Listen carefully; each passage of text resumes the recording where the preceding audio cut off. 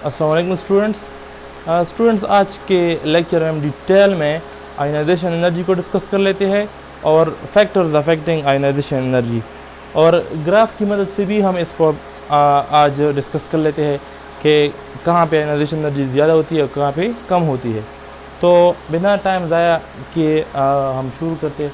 सबसे पहले हम डिफिनेशन से शुरू कर लेते हैं। तो डिफिनेशन क्या होगा इसका? The minimum amount of energy required to remove the loosely bound valence electron of 1 mole isolated gaseous atom is called ionization energy। यानी अगर आपके पास 1 मोल एटम्स हो तो 1 मोल एटम्स के वैलेंस शेल में जो लूजली बाउंड इलेक्ट्रॉन है, उस इलेक्ट्रॉन को रिमूव करने के लिए जो एनर्जी रिक्वायर्ड होती है, इसे हम कहते हैं आयनाइजेशन एनर्जी। लेकिन वो एटम्स आपके पास आइसोलेटेड एटम्स होने चाहिए और गैस स्टेट में होने चाहिए, ये लाजमी बात है। ठीक है। अब इसके बाद आयनाइजेशन एनर्जी किसी एटम से आयन बनाने के लिए कैसे हम आयन उसको बनाएंगे, एनर्जी कैसे हम देंगे। यानी हम यहाँ पे लिखे हुए अमाउंट ऑफ एनर्जी रिक्वायर्ड, तो वो अमाउंट ऑफ एनर्जी कहाँ से आएगी? क्या इसको हम किसी बर्तन में उबालेंगे, ठीक है, या किसी और तरीके से हम इसको आयनाइज करेंगे एटम को? तो ये एक इम्पॉर्टेंट क्वेश्चन है। इसको यहाँ से समझने की कोशिश करें आप कि सपोज़ करें मेरे पास एक एटम है, ठीक है, ये एटम का एक न्यूक्लियस हो गया और ये उसका पहला शेल है। सपोज़ करें ये हमारे पास क्या है, हाइड्रोजन है। अब आप लोगों को पता होगा कि हाइड्रोजन के वैलेंस शेल में सिर्फ और सिर्फ एक ही इलेक्ट्रॉन है, तो ये एक इलेक्ट्रॉन है। अब एक इलेक्ट्रॉन को हम कैसे रिमूव कर सकते हैं? एक इलेक्ट्रॉन को कैसे रिमूव करेंगे, यानी कैसे इसका हाइड्रोजन का हम आयन बनाएंगे? तो देखिए, आयन आप इस तरह बनाएंगे कि आपके पास जो एक्स रेज और गामा रेज, ये हाई एनर्जेटिक रेज है, तो ये आयनाइजेशन के लिए इस्तेमाल होते हैं। किसी एटम को आयनाइज करने के लिए ये रेज जो है ये इस्तेमाल होती है। तो ये रेज जब हम इस एटम के ऊपर क्या करेंगे, बम्बॉर्ड करेंगे, इसके ऊपर हम जब बम्बॉर्डमेंट इसका कर लेते हैं, तो इस एटम से जो इलेक्ट्रॉन है, ये इलेक्ट्रॉन इससे क्या हो जाएगा, चला जाएगा, इससे खारिज हो जाएगा। तो ये इलेक्ट्रॉन इससे खारिज हो जाएगा, ठीक है, और ये आयन बन जाएगा। आपके पास क्या बन जाएगा? ये हमारे पास क्या है, इलेक्ट्रॉन है, इलेक्ट्रॉन, ठीक है, इलेक्ट्रॉन है, इसके ऊपर नेगेटिव चार्ज। और यहाँ पे क्या बनेगा, हाइड्रोजन का क्या बनेगा, आयन बनेगा। हाइड्रोजन का आपके पास आयन बनेगा। तो एक्स रेज और गामा रेज की मदद से हम किसी एटम की क्या करते हैं, उसके आयन बना लेते हैं। ठीक है, इंपॉर्टेंट क्वेश्चन है, इसको आप MCQ पॉइंट ऑफ व्यू से क्या करें, याद रखें कि आयनाइजेशन के लिए हम कौन से रेज इस्तेमाल करते हैं। तो ये हम इस्तेमाल करते हैं गामा रेज, ठीक है। अच्छा, इसके बाद जो नेक्स्ट है वो ये है एक्सप्लेनेशन में हम पहले हाइड्रोजन की बात करते हैं कि हम अगर 1 मोल हाइड्रोजन ले लें, 1 मोल हमने हाइड्रोजन लिया हुआ है। अब 1 मोल हाइड्रोजन से इलेक्ट्रॉन निकालने के लिए हमें कितनी एनर्जी जो है वो रिक्वायर्ड होगी। तो देखिए, आपने 1 मोल हाइड्रोजन लिया हुआ है। हाइड्रोजन का एटॉमिक नंबर 1 है, क्योंकि इसके अंदर एक प्रोटॉन है। क्या है इसके अंदर? प्रोटॉन कितने हैं? प्रोटॉन इसके अंदर कितने हैं? 1 है। प्रोटॉन इसके अंदर 1 है, और इलेक्ट्रॉन भी इसके पास क्या था, 1 इलेक्ट्रॉन था, ठीक है। अब 1 मोल हाइड्रोजन से एक इलेक्ट्रॉन निकालने के लिए 1313 किलो जूल पर मोल एनर्जी रिक्वायर्ड होगी। यानी अगर आपके पास 1 मोल हाइड्रोजन है तो उसको आप 1313 किलो जूल एनर्जी देंगे, 1313 किलो जूल एनर्जी देंगे। और यहाँ पे पॉजिटिव साइन लगाया हुआ है, तो ये एक एंडोथर्मिक प्रोसेस है, क्योंकि यहाँ पे ये जो रेज है ये एनर्जी क्या कर रहे हैं, एटम को दे रहे हैं, तो एटम एनर्जी एब्जॉर्ब कर रहा है, ठीक है। तो एक एंडोथर्मिक प्रोसेस है। इसके बाद नेक्स्ट है सोडियम है। तो सोडियम के वैलेंस शेल में भी एक इलेक्ट्रॉन है, ठीक है। तो उसी एक इलेक्ट्रॉन को निकालने के लिए हमें क्या कितनी एनर्जी रिक्वायर्ड होगी, 496 किलो जूल पर मोल। अगर हम 1 मोल सोडियम लेते हैं तो उसको 496 किलो जूल एनर्जी क्या होगी, रिक्वायर्ड होगी। अब हाइड्रोजन के केस में क्यों ये ज़्यादा है, ये फैक्टर्स अफेक्टिंग आयनाइजेशन एनर्जी। तो उन फैक्टर्स में हम पढ़ लेते हैं कि ये क्यों हाइड्रोजन की जो आयनाइजेशन एनर्जी है वो सोडियम के मुकाबले में क्या है, ज़्यादा है, ठीक है। इसके बाद मैग्नीशियम है। तो मैग्नीशियम का एटॉमिक नंबर 12 है। इसके पहले शेल में 2 इलेक्ट्रॉन है, दूसरे शेल में 8 इलेक्ट्रॉन है, और तीसरे शेल में इसके 2 इलेक्ट्रॉन है। तो उन 2 इलेक्ट्रॉन में से हम पहले क्या करते हैं, एक इलेक्ट्रॉन निकाल लेते हैं। तो ये मैग्नीशियम का क्या होगा, फर्स्ट आयनाइजेशन एनर्जी होगा। तो मैग्नीशियम के वैलेंस शेल में 2 इलेक्ट्रॉन में से आप जब एक इलेक्ट्रॉन निकाल लेते हैं 1 मोल एटम से, तो आपको 738 किलो जूल एनर्जी क्या होगी, रिक्वायर्ड होगी। ये भी एंडोथर्मिक प्रोसेस से एनर्जी क्या हो रही है, एब्जॉर्ब हो रही है, ठीक है। अब इसके बाद क्या हो रहा है कि एल्यूमिनियम है, तो एल्यूमिनियम के वैलेंस शेल में क्या है, 3 इलेक्ट्रॉन्स है। पहले शेल में 2 इलेक्ट्रॉन, दूसरे में 8 इलेक्ट्रॉन, तीसरी शेल में 3 इलेक्ट्रॉन्स है। अब 3 इलेक्ट्रॉन में से हम 1 इलेक्ट्रॉन निकाल रहे हैं, तो उसको हम एनर्जी देंगे 1 मोल के लिए कितनी एनर्जी रिक्वायर्ड होगी, 578 किलो जूल। और ये भी एंडोथर्मिक प्रोसेस से एनर्जी क्या हो रही है, एब्जॉर्ब हो रही है। ठीक है, तो ये हमने 3 एग्जाम्पल ली हुए एक्सप्लेनेशन में। अब इसके बाद ये हमारे पास है first ionization energy. First ionization energy वो आयनाइजेशन एनर्जी होती है जो किसी एटम्स के से एक इलेक्ट्रॉन निकालने के लिए जो रिक्वायर्ड होती है, जो एनर्जी रिक्वायर्ड होती है, उसको हम फर्स्ट आयनाइजेशन एनर्जी कहते हैं।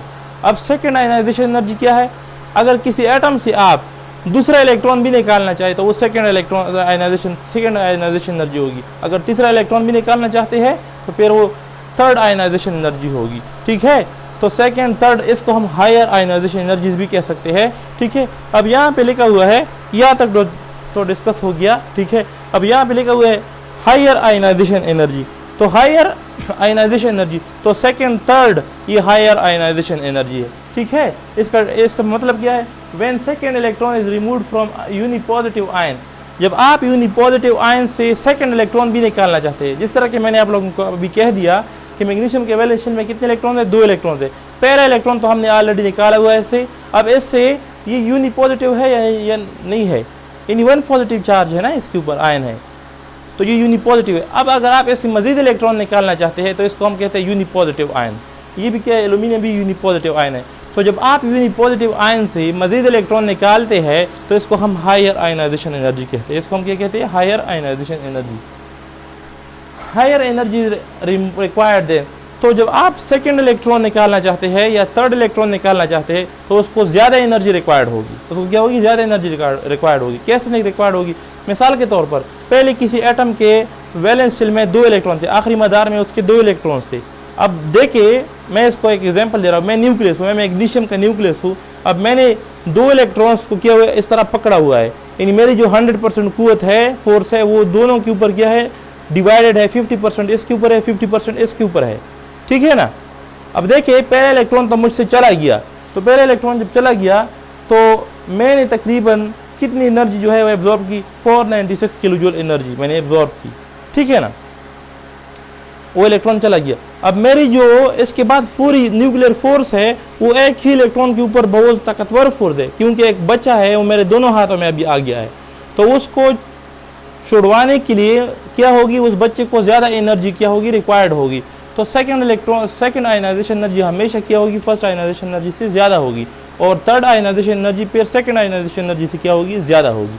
ठीक है, तो मैग्नीशियम है, इसका ये फर्स्ट आयनाइजेशन एनर्जी इतनी थी, 738 किलो जूल पर मोल एनर्जी थी। अब इस मैग्नीशियम से एक इलेक्ट्रॉन निकला, ऑलरेडी निकला हुआ है। अब इससे हम सेकेंड इलेक्ट्रॉन भी निकाल रहे हैं। ठीक है, तो हमने इससे 2 इलेक्ट्रॉन्स अभी निकाले हैं, तो सेकेंड आयनाइजेशन एनर्जी क्या होगी इसकी, 1451 किलो जूल पर मोल। अगर आप 1 मोल मैग्नीशियम लेते हैं तो इसको आप क्या देंगे, 1451 किलो जूल एनर्जी क्या होगी उसकी, उसको एब्जॉर्ब, उसके लिए क्या होगी, एब्जॉर्ब होगी वो एनर्जी। ठीक है, तो सेकेंड आयनाइजेशन एनर्जी देखे 1451, ये इसके डबल के मुकाबले में है। ठीक है, तो सेकेंड आयनाइजेशन एनर्जी हमेशा क्या होगी, ज़्यादा होगी, क्योंकि न्यूक्लियर फोर्स बढ़ रही है, इलेक्ट्रॉन की तादाद कम हो रही है। ठीक है ना। अब देखिए, ऑर्डर ऑफ आयनाइजेशन एनर्जी या सीक्वेंस ऑफ आयनाइजेशन एनर्जी। तो सीक्वेंस ऑफ आयनाइजेशन एनर्जी का मतलब ये है कि third ionization energy second ionization energy से ज़्यादा होगी, और second ionization energy first ionization energy से ज़्यादा होगी। तो ये आप लोगों के सामने है कि ये मैग्नीशियम की फर्स्ट आयनाइजेशन एनर्जी है, तो कम है। अब इस मैग्नीशियम की क्या है, सेकेंड आयनाइजेशन एनर्जी है, तो ये फर्स्ट आयनाइजेशन एनर्जी के मुकाबले में क्या है, डबल है, यानी second ionization energy is greater than first ionization energy. अब अगर हम एल्यूमिनियम की बात कर लेते हैं तो एल्यूमिनियम के वैलेंस शेल में 3 इलेक्ट्रॉन है। पहला इलेक्ट्रॉन निकाला तो उसके लिए कम एनर्जी रिक्वायर्ड होगी, दूसरा इलेक्ट्रॉन निकालेंगे तो दूसरे पहले इलेक्ट्रॉन के मुकाबले में ज़्यादा एनर्जी रिक्वायर्ड होगी। अब जो तीसरा इलेक्ट्रॉन है, क्योंकि मैग्नीशियम एल्यूमिनियम के वैलेंस शेल में 3 इलेक्ट्रॉन्स है, तो उस तीसरे इलेक्ट्रॉन को निकालने के लिए बहुत ज़्यादा एनर्जी क्या होगी, फिर रिक्वायर्ड होगी। ठीक है ना। तो जैसे जैसे आप किसी एटम से ज़्यादा इलेक्ट्रॉन निकालते जाएंगे तो उतनी ही उस इलेक्ट्रॉन को निकालने के लिए ज़्यादा एनर्जी क्या होगी, रिक्वायर्ड होगी, ज़्यादा एनर्जी वो एटम एब्जॉर्ब करेगा। ठीक है, यहाँ तक क्लियर है। इसके बाद फैक्टर्स अफेक्टिंग आयनाइजेशन एनर्जी, वो कौन कौन से फैक्टर्स है जिसकी वजह से आयनाइजेशन एनर्जी मुतासिर होती है। तो पहला जो फैक्टर है वो एटॉमिक साइज है, एटॉमिक साइज। तो greater atomic size smaller ionization energy value. तो जैसे जितना आपके पास एटम का साइज बड़ा होगा तो उतना ही उसकी आयनाइजेशन एनर्जी क्या होगी, कम होगी। कैसे कम होगी, देखिए मैं आप लोगों को यहाँ पे एक एग्जांपल दे रहा हूँ। मैं यहाँ पे सोडियम एग्जांपल दे रहा हूँ। ये nucleus first shell, second shell, third shell है, ठीक है। और ये क्या है, यहाँ पे मैं पोटाशियम ले रहा हूँ, 1 शेल, सेकंड, थर्ड एंड ये क्या है, फोर्थ है। तो देखिए अब इस पोटाशियम के वैलेंस शेल में भी एक इलेक्ट्रॉन है और सोडियम के वैलेंस शेल में भी क्या है, 1 इलेक्ट्रॉन है। अब देखिए जितना पोटाशियम का साइज बढ़ रहा है, एटॉमिक रेडियस बढ़ रहा है, तो उतनी ही इसकी आयनाइजेशन एनर्जी क्या होगी, कम होगी, क्योंकि ये इलेक्ट्रॉन न्यूक्लियस से दूर चला गया। अब इस इलेक्ट्रॉन को न्यूक्लियस क्या करे, अपनी तरफ खींच रहा है। जब ये न्यूक्लियस इस इलेक्ट्रॉन को खींच रहा है तो जितना ये इलेक्ट्रॉन न्यूक्लियस से दूर चला दूर होगा तो उतनी ही उसके ऊपर न्यूक्लियर चार्ज जो है वो कम होगी, ठीक है। तो उस इलेक्ट्रॉन को निकालने के लिए क्या होगी, कम एनर्जी रिक्वायर्ड होगी। इसका मिसाल आप ये ले सकते हैं, मिसाल के तौर पर आपने यहाँ पे एक मैग्नेट लिया हुआ है और यहाँ पे एक लोहे का छोटा सा टुकड़ा लिया हुआ है। अब जितना लोहे का टुकड़ा मैग्नेट के करीब होता है तो वो लोहे का टुकड़ा उसके ऊपर कुव्वत मैग्नेट की क्या होती है, कम होती है। लेकिन जैसे ही आप उसको दूर कर लेते हैं तो मैग्नेट का जो मैग्नेटिक फोर्स है वो क्या होगी, उसके ऊपर कम होगी, ठीक है ना। तो जितना एटॉमिक साइज बढ़ेगा, जितना एटॉमिक साइज बढ़ेगा उतनी आयनाइजेशन एनर्जी क्या होगी, कम होगी, ठीक है। तो पहला फैक्टर तो ये है कि एटॉमिक साइज जितना ज़्यादा होगा उतनी आयनाइजेशन एनर्जी क्या होगी, कम होगी, ठीक है। तो आयनाइजेशन एनर्जी ऑफ सोडियम कितनी है, 496 किलो जूल पर मोल है। अब पोटाशियम की क्या होगी, कम होगी, तकरीबन 350 समथिंग होगी, इस तरह 350। मैंने वैसे आर्बिट्ररी वैल्यू आप लोगों को बताई। तो ये एटॉमिक साइज की बात होगी। अब इसके बाद न्यूक्लियर चार्ज है, greater the nuclear charge greater ionization energy value. तो जितना न्यूक्लियर चार्ज ज़्यादा होगा उतना क्या होगा, उतना आपके पास जो आयनाइजेशन एनर्जी की वैल्यू है वो क्या होगी, ज़्यादा होगी। आयनाइजेशन एनर्जी की वैल्यू क्या होगी, ज़्यादा होगी। तो न्यूक्लियर चार्ज जितना ज़्यादा होगा उतनी आयनाइजेशन एनर्जी क्या होगी, ज़्यादा होगी। तो मिसाल के तौर पर हम बात कर लेते हैं यहाँ पे मैग्नीशियम की वैल्यू ये है और यहाँ मैं बेरिलियम ले रहा हूँ। तो बेरिलियम को देखे, बेरिलियम के पहले शेल में 2 इलेक्ट्रॉन है और दूसरे शेल में भी क्या है, 2 इलेक्ट्रॉन्स है, ठीक है। बेरिलियम का एटॉमिक नंबर क्या है, 4 है। अब देखिए मैग्नीशियम के अंदर कितने इलेक्ट्रॉन्स है और कितने प्रोटॉन्स है, 12 प्रोटॉन्स है। और बेरिलियम के अंदर क्या है, 4 प्रोटॉन्स है। तो न्यूक्लियर चार्ज मैग्नीशियम का क्या है, ज़्यादा है। हालांकि मैग्नीशियम के अंदर क्या है, 3 शेल्स है और बेरिलियम के अंदर कितने शेल्स है, बेरिलियम के अंदर है 2 शेल्स है। तो जैसे जैसे आपके पास एटॉमिक जो न्यूक्लियर चार्ज है वो बढ़ता चला जाता है, उतना ही आपके पास क्या होगा कि किसी एटम का जो न्यूक्लियर चार्ज जैसे ज़्यादा होगा उतनी आयनाइजेशन एनर्जी क्या होगी, ज़्यादा होगी। आयनाइजेशन एनर्जी क्या होगी, ज़्यादा होगी, ठीक है। अब इसके बाद जो नेक्स्ट है वो शील्डिंग इफेक्ट या स्क्रीनिंग इफेक्ट है, ठीक है। तो शील्डिंग इफेक्ट या स्क्रीनिंग इफेक्ट क्या है, देखिए शील्डिंग इफेक्ट ये है, यहाँ से आप लोगों को के सामने है कि ये पोटाशियम का एटम है, ये पहला शेल है, पहले शेल में 2 इलेक्ट्रॉन है, दूसरे शेल में इसके 8 इलेक्ट्रॉन्स है, यहाँ पे भी है इलेक्ट्रॉन्स, तीसरे शेल में भी इसके क्या है, 8 इलेक्ट्रॉन्स है।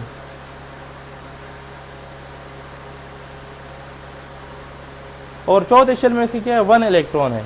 अब स्क्रीनिंग इफेक्ट ये है कि जो वैलेंस शेल में इलेक्ट्रॉन है और ये न्यूक्लियस है, तो वैलेंस शेल में इलेक्ट्रॉन और न्यूक्लियस एक दूसरे को क्या करते हैं, अट्रैक्ट करते हैं। अब ये जो बीच में सामने इलेक्ट्रॉन्स आ गई है, ये न्यूक्लियस से इस इलेक्ट्रॉन को क्या न्यूक्लियस से ये वाले इलेक्ट्रॉन न्यूक्लियस से इस इलेक्ट्रॉन को क्या कर रहे हैं, छुपा रहे हैं। यानी बीच में क्या कर रहे हैं, एक बैरियर आ रहा है, ठीक है, एक बैरियर आ रहा है, रुकावट आ रही है। इसे हम कहते हैं शील्डिंग इफेक्ट या स्क्रीनिंग इफेक्ट। तो जितना स्क्रीनिंग इफेक्ट ज़्यादा होगा उतनी आयनाइजेशन एनर्जी वैल्यू क्या होगी, कम होगी। यानी उस एटम से वैलेंस इलेक्ट्रॉन निकालना क्या होगा, आसान होगा, ठीक है। तो तीसरा जो फैक्टर है वो क्या है, शील्डिंग इफेक्ट या स्क्रीनिंग इफेक्ट का है। शील्डिंग इफेक्ट या स्क्रीनिंग इफेक्ट की वैल्यू जितनी ज़्यादा होगी उतना आयनाइजेशन एनर्जी की वैल्यू क्या होगी, कम होगी। अब इसके बाद जो नेक्स्ट है वो नेचर ऑफ ऑर्बिटल्स है। तो देखिए आपके पास जो फुली फिल्ड ऑर्बिटल्स है और हाफ फिल्ड ऑर्बिटल्स है वो क्या होगी, उनकी आयनाइजेशन एनर्जी क्या होगी, ज़्यादा होगी। उनकी आयनाइजेशन एनर्जी क्या होगी, ज़्यादा होगी। मिसाल के तौर पर यहाँ पे ग्राफ है, ग्राफ से आप देख सकते हैं कि मेरे पास क्या है, कार्बन है और यहाँ पे क्या है, ऑक्सीजन है। अब देखिए नाइट्रोजन है, तो नाइट्रोजन का एटॉमिक नंबर क्या है, 7 है। अब इसका 1s2 2s2 2p की 2p3 इन इसकी p ऑर्बिटल में क्या है, p ऑर्बिटल में इसके 3 इलेक्ट्रॉन्स है और 3 इलेक्ट्रॉन्स का मतलब है कि इसकी p ऑर्बिटल के हाफ फील्ड है। अब हाफ फील्ड ऑर्बिटल जो है वो मोर स्टेबल होते हैं। क्या होते हैं, मोर स्टेबल। और मोर स्टेबल क्यों होते हैं, क्योंकि इनकी एक्सचेंज एनर्जी ज़्यादा होती है और एक्सचेंज एनर्जी की वजह से किसी एटम को क्या मिलती है, स्टेबिलिटी मिलती है। अब देख सकते हैं आप कि ऑक्सीजन का एटॉमिक नंबर नाइट्रोजन से ज़्यादा है, इसका 8 एटॉमिक नंबर है, ठीक है। हालांकि ऑक्सीजन में भी 2 शेल्स है और नाइट्रोजन में भी 2 शेल्स है, तो एटॉमिक साइज क्या हो रही है, इसकी कांस्टेंट हो रही है। लेकिन लेफ्ट टू राइट पीरियड में क्या होती है, एटॉमिक साइज डिक्रीज होती है क्योंकि इफेक्टिव न्यूक्लियर चार्ज बढ़ रहा होता है, ठीक है। लेकिन यहाँ पे पी सब शेल क्या है, इसका हाफ फील्ड है और ये इसका क्या होता है, 2 ऑर्बिटल्स इसमें हाफ फील्ड है और 1 क्या है, कंप्लीटली फील्ड है। पी एक्स कंप्लीटली उसमें 2 इलेक्ट्रॉन है, पी वाई और पी जेड में 1 इलेक्ट्रॉन है। तो यहाँ पे ऑक्सीजन की आयनाइजेशन एनर्जी क्या है, 1314 है और नाइट्रोजन की 1402 है, ज़्यादा है। फिर आप देख सकते हैं यहाँ पे पेड़ से कि फास्फोरस और नाइट्रोजन एक ही फैमिली से बिलोंग करते हैं, तो फास्फोरस में भी 3 शेयर्स है और जो इसके बाद नेक्स्ट क्या आता है, सल्फर आता है। तो फास्फोरस को देखें कि फास्फोरस की ionization energy, first ionization energy क्या है, 1012 है और सल्फर की क्या है, 1000, यानी सल्फर की कम है। हालांकि सल्फर की एनर्जी, आयनाइजेशन एनर्जी ज़्यादा होनी चाहिए थी, लेकिन सल्फर की क्या है, कम है।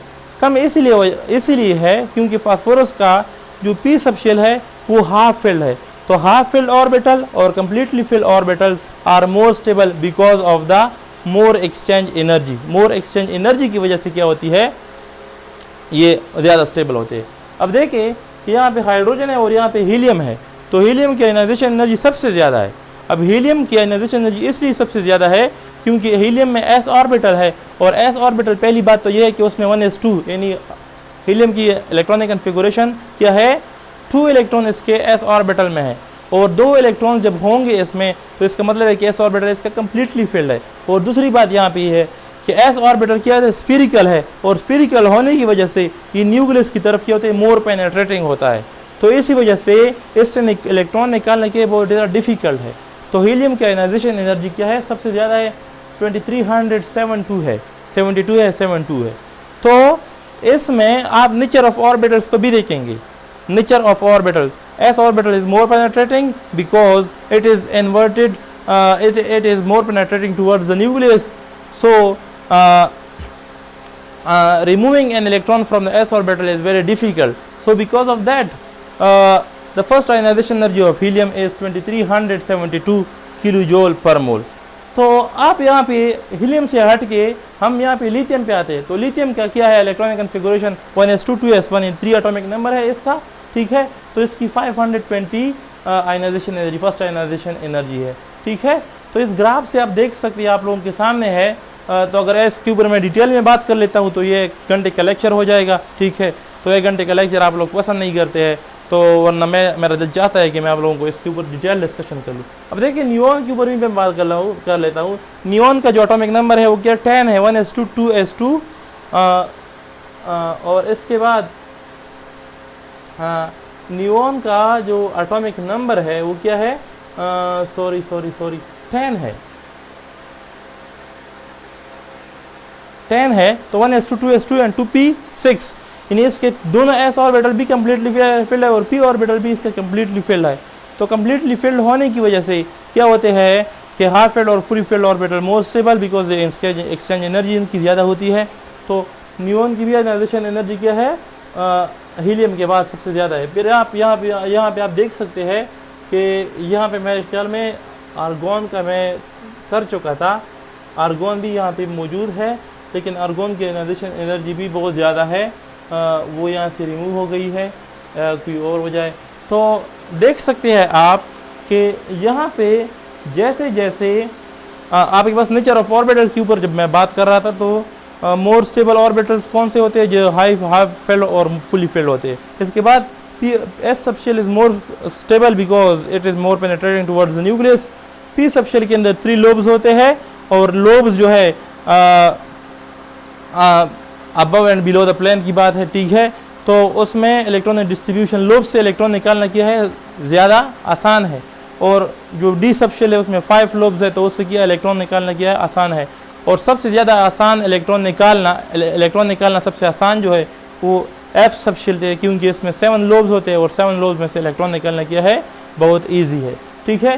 किसी को अगर भी इस टॉपिक से रिलेटेड कोई मसला हो तो आप कमेंट सेक्शन में पूछ सकते हैं, लेकिन ये लेक्चर बहुत लंबे हो जाते हैं तो इसी वजह से मैं इसके ऊपर शॉर्ट सी मेरी डिस्कशन थी, लेकिन मैंने फिर भी कोशिश की कि आप लोगों को मैं डिटेल में इसको डिलीवर कर सकूं। तो इंशाल्लाह आप लोग मेरे चैनल को सब्सक्राइब कीजिएगा, लाइक कीजिएगा और शेयर कीजिएगा। अच्छी अच्छी वीडियोज़ इंशाल्लाह मैं चैनल के ऊपर अपलोड करता रहूँगा और आप लोगों को इससे फ़ायदा होगा इंशाल्लाह। Thank you for listening.